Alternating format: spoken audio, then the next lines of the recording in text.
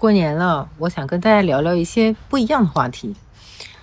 不知道你有没有这种感觉？每年一到过年前，我不是就是仅仅只有开心这一种情绪，我会有一些紧张。那种紧张是我小时候就有的。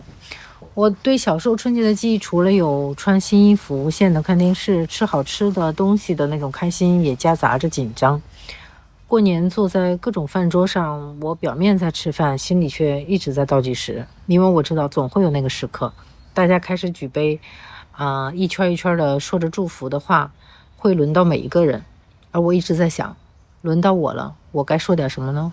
才算是一个合适的孩子。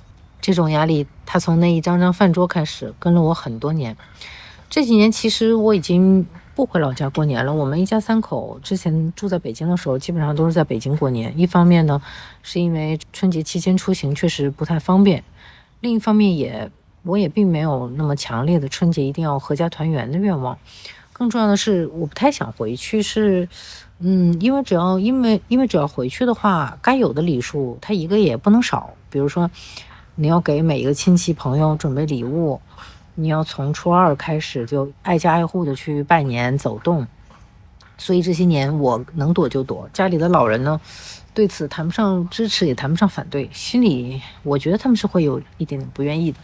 但是慢慢我发现，我还是更愿意把自己的感受放在前面。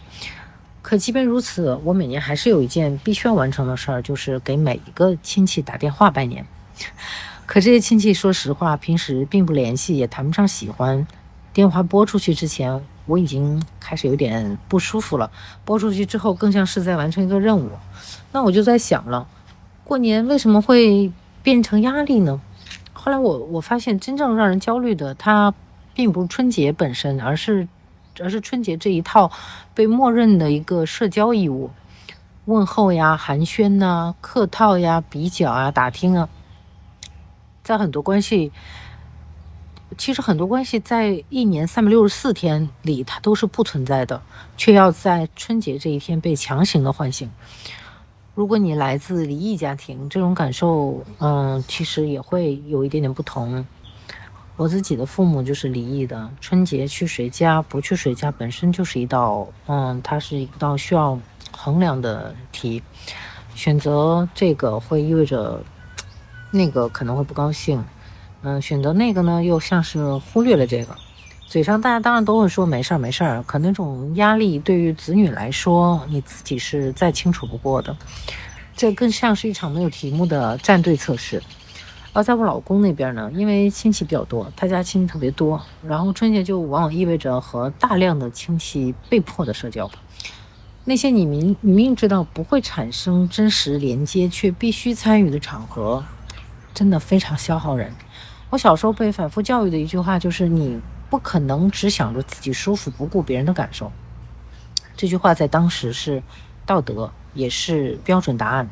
但长大之后，我慢慢意识到了，很多春节里的压力正是从这句话里一点点延伸出来的。于是我开始问自己一个问题：别人的感受到底是什么？它真的重要到你必须要以自己的不舒服为代价吗？还是说我不这样做，别人会觉得我没有礼貌，而我的父母也会因此觉得丢脸呢？答案就可能就在这儿吧。我之所以一次次的勉强自己，是因为我不太想让父母觉得丢脸。也就是说，我是因为在乎他们才继续选择这样做。我们很多人一生都在被要求扮演一个合适的人。小的时候要做懂事、乖巧、听话的孩子，如果成绩好，那就是满分小孩。长大之后，我们也习惯了这种模式，继续扮演成一个成功的人、体面的人。我被这种模式就是裹挟着往前走，生活了40多年了，直到现在，它像一面镜子一样，让我开始认真的思考，我到底想成为什么样的大人，又想做一个什么样的父母呢？这几天我反复在想这个问题。如果一段关系只在春节存在，那它真的是关系吗？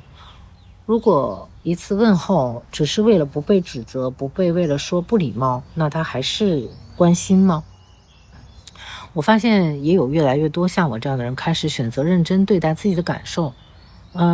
我觉得这不是冷漠，而是我们重新在定义什么是一个重要的关系，什么是值得我们去付出、值得我们去消耗精力的事情。也许我觉得春节真正应该被珍惜的不是形式，而是你情绪的一个安全。怎么说呢？就是忙碌了一整年之后，终于可以有一个机会回到一个安全的港湾，在那里你可以分享自己的喜怒哀乐、幸福啊、快乐啊，也可以倾诉自己的疲惫和难处。如果刚好有人，不管是你的父母还是其他的人，能够接住这样的情绪，或者说我们可以彼此接住对方，那新的一年，我觉得会真的因为这样而生出一些力量，而这种力量会在你再次出发的时候，带着一种无需解释、无需讨好的自信。我觉得这才是春节的意义所在。你呢？你害怕过年吗？你有没有为了不让别人失望，一次次的让自己不舒服？欢迎留言。说完感受，给大家看一下我家在清迈的过年氛围，有春联、窗花，还有晚上的彩灯。我自己在家里包了饺子。最后还是要祝大家新年快乐！新年快乐！